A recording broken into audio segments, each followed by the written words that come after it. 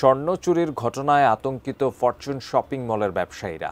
তাদের অভিযোগ, মার্কেটে নিরাপত্তা ব্যবস্থার ঘাটতির কারণেই এই ঘটনা ঘটেছে। তবে মার্কেট কর্তৃপক্ষ বলছে, এই ঘটনায় জড়িতদের ব্যাপারে প্রয়োজনীয় ব্যবস্থা নিতে প্রশাসনকে সর্বাত্মক সহযোগিতা করছেন তারা। সাব্বির আহমেদ জানাচ্ছেন বিস্তারিত। মালিবাগের ফরচুন শপিং মল বৃহস্পতিবার মার্কেটের সাপ্তাহিক ছুটির দিন। এই সুযোগ কাজে লাগিয়ে বুধবার রাতে একদল চোর শপিং মলে ঢুকে দুর্ধর্ষ চুরি করে। পরিচয় গোপন করতে বোরকা পরে তারা শম্পা জুয়েলার্স নামের একটি দোকানে 500 ভরি স্বর্ণ চুরি করে নিয়ে যায়। বুধবার মার্কেট বন্ধের আগেই চোর মার্কেটের ভেতরে অবস্থান করছিল। মার্কেটের নিরাপত্তায় প্রতি মাসে ব্যবসায়ীদের একটি নির্দিষ্ট অঙ্কের টাকা দিতে হয় দোকান মালিক সমিতিকে। কিন্তু তারপরও এ ধরনের চুরির ঘটনায় তারা ক্ষুব্ধ এবং আতঙ্কগ্রস্ত। আরএফএল অডিটর, বাঁকা হয় না, ফাঁকা হয় না, আর ভাঙা এক কথায় অসম্ভব।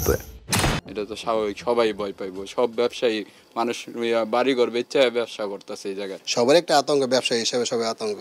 তাহলে একটা দোকান যদি এইভাবে ভাঙ্গে এইভাবে লইয়া যায়, তার কোথায় ছিল?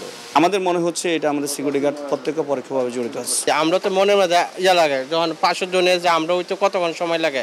দোকান মালিক সমিতি বলছে, নিরাপত্তার ব্যাপারে কোনো ঘাটতি ছিল না।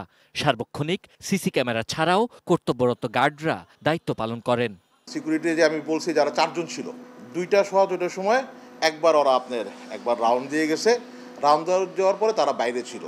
তো ভিতরে তারা তো বাইরে থেকে, যেহেতু ভিতরে কেউ ঢুকতে পারবো না, আমার সিকিউরিটি এভাবেই সবসময় এমনি করে কেয়ার নেয়।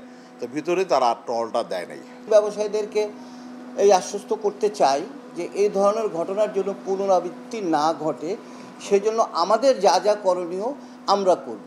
আবার আমরা প্রতিটা দোকানদারকে অনুরোধ করছি যে আপনারা নিজস্বভাবেও কিছু সিসি ক্যামেরা আপনারা সেট করেন। পুলিশ বলছে, এই ঘটনায় আতঙ্কিত হওয়ার কিছু নেই। কিছু সিকিউরিটি ঘাটতি আছে, আমরা দেখেছি যে পিছনের দিকটাও তাদের একটু সিসি ক্যামেরা দ্বারা এটা ইয়েতে রাখার দরকার ছিল, তো ওইটাও নাই। তো এই বিষয়গুলো আমাদের সাথে, আমরা তাদের সাথে কথা বলবো। আর তাদের অনেক সিসি ক্যামেরা আছে, কিন্তু যে ক্যামেরাগুলো অচল। Sabbir Ahmed, ATN news, Dhaka.